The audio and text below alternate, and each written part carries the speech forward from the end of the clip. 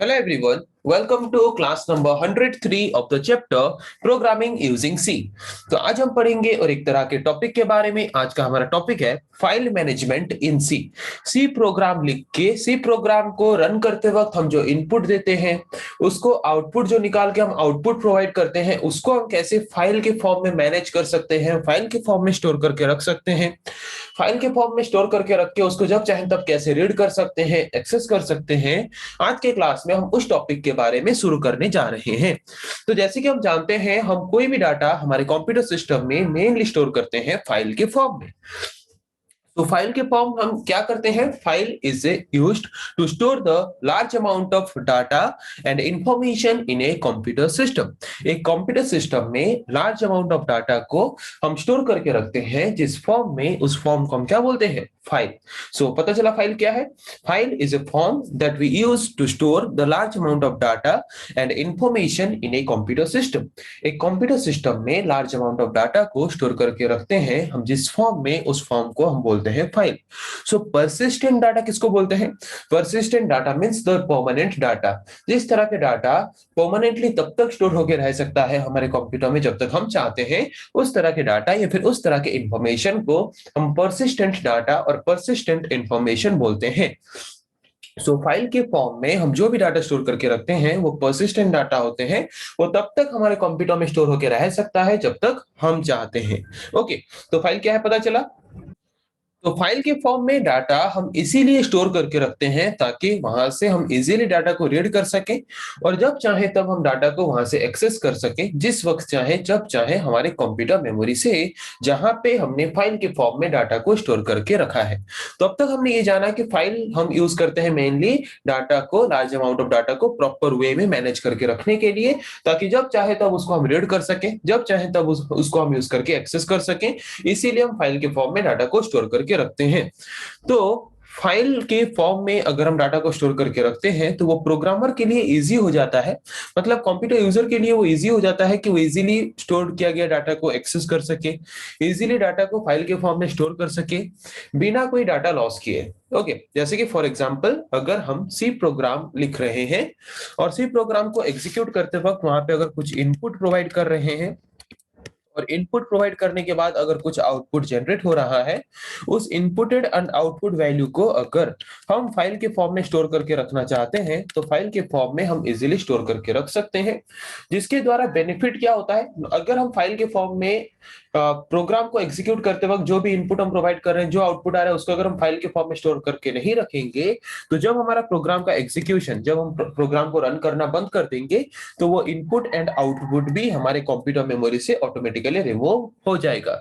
But अगर हम file के फॉर्म में स्टोर करके रखते हैं हमारे सी प्रोग्राम के इनपुट एंड आउटपुट को, जो कि हम प्रोग्राम एग्जीक्यूशन करते वक्त प्रोवाइड करते हैं, तो वो डाटा तब तक हमारे कंप्यूटर में परसिस्टेंट होकर रहेगा, परमानेंटली स्टोर होकर रहेगा जब तक हम चाहते हैं। वही लिखा है, files make it easy for a programmer. File के फॉर्म में डाटा स्टोर करने से ये प्रोग्रामर के लिए आसान होता है कि वो इजीली फाइल के फॉर्म में स्टोर किया गया डाटा को एक्सेस कर सके, उसमें इजीली डाटा को स्टोर कर सके विदाउट लूजिंग इट, तब तक जब तक वो प्रोग्रामर खुद चाहता है। ऑन प्रोग्राम टर्मिनेशन, मतलब प्रोग्राम को जब हम एग्जीक्यूट करते हैं तब तक नॉर्मली हमारा जो प्राइमरी मेमोरी रैम है वो inputted data and output data को होल्ड करके रखता है। जब एग्जीक्यूशन खत्म हो जाता है तो वो वहां से ऑटोमेटिकली डाटा को रिमूव कर देता है।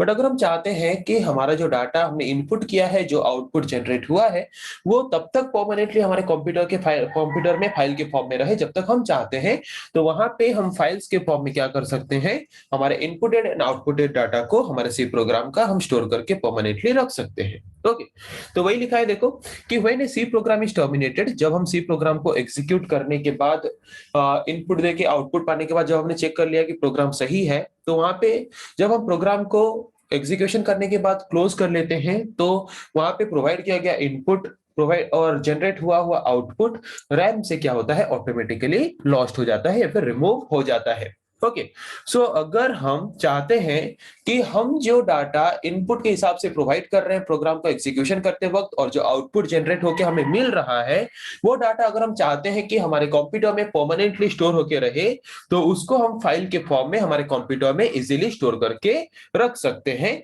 जो कि प्रोग्राम एग्जीक्यूशन का टर्मिनेशन होने के बाद, मतलब प्रोग्राम एग्जीक्यूशन खत्म होने के बाद भी हमारे कंप्यूटर में वो डाटा स्टोर होके रहेगा जब तक हम खुद चाहते हैं। ओके, सो रैम में क्या होता है, रैम की जबकि प्राइमरी मेमोरी है वो सिर्फ वही डाटा को होल्ड करके रखता है, रिसेंटली जो डाटा हमारा सीपीयू यूज कर रहा है या फिर सीपीयू के द्वारा जनरेट किया गया आउटपुट को ही सिर्फ होल्ड करके रखता है टेम्पररीली, और परमानेंटली कोई भी डाटा को स्टोर करके नहीं रखता, क्योंकि उसका जो स्टोरेज कैपेसिटी है वो बहुत ही लो अमाउंट का है, मतलब बहुत ही स्मॉल है हमारे कंप्यूटर सिस्टम में as compare to hard disk. So इसीलिए हम हार्ड डिस्क को यूज करते हैं सी प्रोग्राम में प्रोवाइड किया गया डाटा को, मतलब इनपुटेड डाटा को या फिर उसके द्वारा जनरेट किया गया आउटपुटेड डाटा को फाइल के फॉर्म में स्टोर करके रखने के लिए। ओके, तो फाइल मैनेजमेंट किसको बोलते हैं, ये तो हमने देखा। फाइल फाइल हम क्यों यूज करते हैं, सी प्रोग्राम में हम फाइल बना के किस तरह के डाटा को स्टोर करके रख सकते हैं परमानेंटली जब तक हम चाहते हैं। तो अभी हम देखेंगे what is file management. Simple, उसके नाम से ही पता चल रहा है, the process of managing the data in the form of files. File के फॉर्म में डाटा को मैनेज करके रखने की प्रोसेस को हम बोलते हैं फाइल मैनेजमेंट। जैसे कि कोई फंक्शन हो रहा है या फिर कोई कॉलेज है, वहां पे मैनेजमेंट का काम क्या है कि कैसे कॉलेज अच्छे से चले, कॉलेज कैसे प्रॉपरली सारे चीज मैनेज कर सके, कोई फंक्शन कैसे प्रॉपरली मैनेज हो सके, उसको करने की जो प्रोसेस है, प्रॉपर वे में मैनेज करने की प्रोसेस को हम बोलते हैं मैनेजमेंट। सिमिलरली फाइल के फॉर्म में हम किस तरह का डाटा स्टोर करना चाहते हैं, कैसे स्टोर कर सकते हैं, फाइल कैसे क्रिएट कर सकते हैं, तो ये सब एक एक प्रोसेस है फाइल के फॉर्म में डाटा को मैनेज करने का। तो इन सारे प्रोसेस को हम बोलते हैं फाइल मैनेजमेंट। सिंपल टर्म अगर बोले तो फाइल को मैनेज करने की मतलब फाइल में डाटा स्टोर करने के लिए, फाइल से डाटा रीड करने के लिए जो भी प्रोसेसेस हम यूज करते हैं, सारे प्रोसेस को हम एक एक तरह के फाइल मैनेजमेंट बोल सकते हैं। ओके, तो जो फाइल मैनेजमेंट ऑपरेशंस हैं या फिर जो फाइल मैनेजमेंट फंक्शंस हैं, different type of file management functions हैं जो कि हम सी प्रोग्राम में यूज करते हैं फाइल के फॉर्म में डाटा को स्टोर करके रखने के लिए, स्टोर किया गया डाटा को फाइल के फॉर्म में हम रीड करने के लिए, फाइल क्रिएट करने के लिए, ओपन करके रखा गया फाइल को क्लोज करने के लिए हम different type of file management functions perform करते हैं।